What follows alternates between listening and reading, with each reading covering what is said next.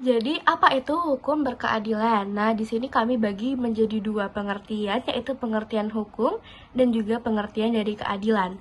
Hukum sendiri adalah suatu sistem yang dibuat manusia untuk membatasi tingkah laku manusia agar tingkah laku manusia dapat terkontrol.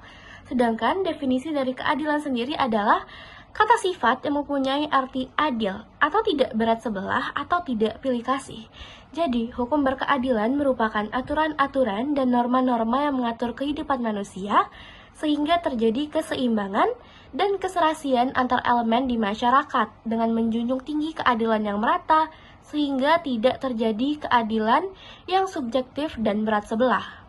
Lalu, konsep dari hukum berkeadilan itu sendiri.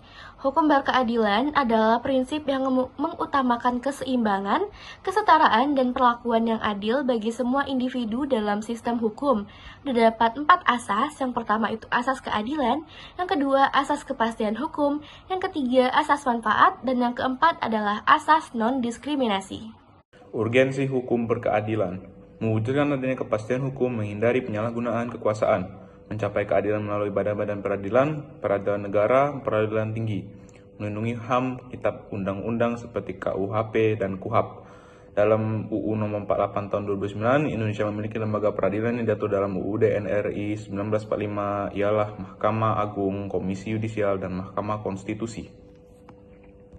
Alasan diperlakukan penegakan hukum yang berkeadilan. Masyarakat memiliki tuntutan yang tinggi terhadap penegakan hukum yang adil, namun masih terdapat masalah yang terjadi. Media massa sering melaporkan pelanggaran hukum dan korupsi, serta perilaku negatif seperti premanisme, konflik sosial seperti SARA dan tawuran, serta kasus ketidakadilan juga masih sering terjadi. Selain itu, hukum dianggap lemah dan terjadi pelanggaran perpajakan. Permasalahan-permasalahan tersebut tentu menimbulkan pertanyaan dalam pikiran warga negara. Jadi, untuk menegakkan hukum itu sendiri ada 3 unsur yang selalu harus diperhatikan.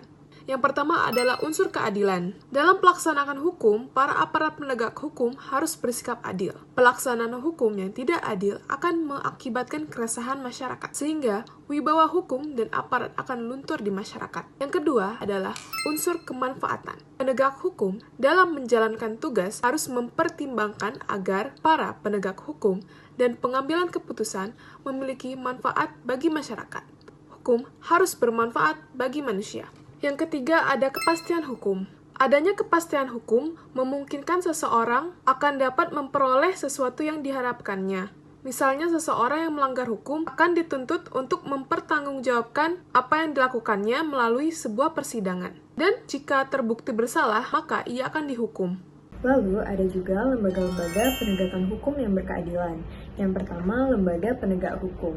Untuk menjalankan hukum sebagaimana mestinya, maka dibentuk beberapa lembaga aparat penegak hukum, yaitu antara lain kepolisian yang berfungsi sebagai lembaga penyidik.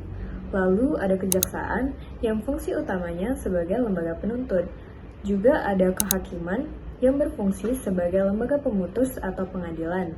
Dan juga ada lembaga penasehat atau memberi bantuan hukum. Yang kedua itu adalah lembaga peradilan.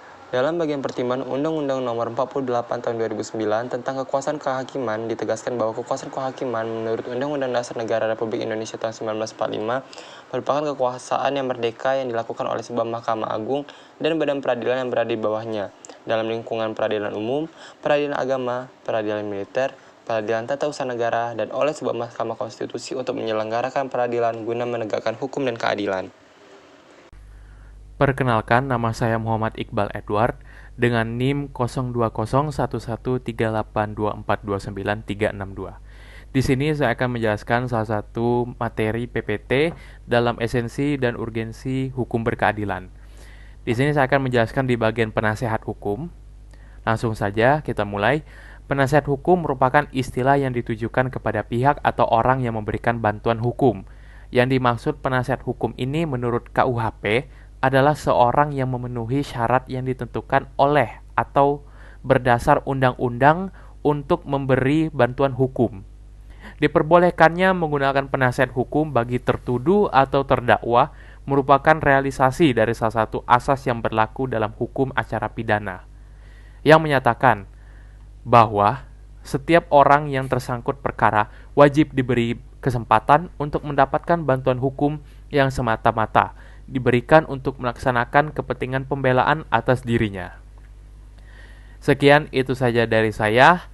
Saya akhiri dengan wabillahi taufiq wal hidayah. Wassalamualaikum warahmatullahi wabarakatuh. Terima kasih banyak.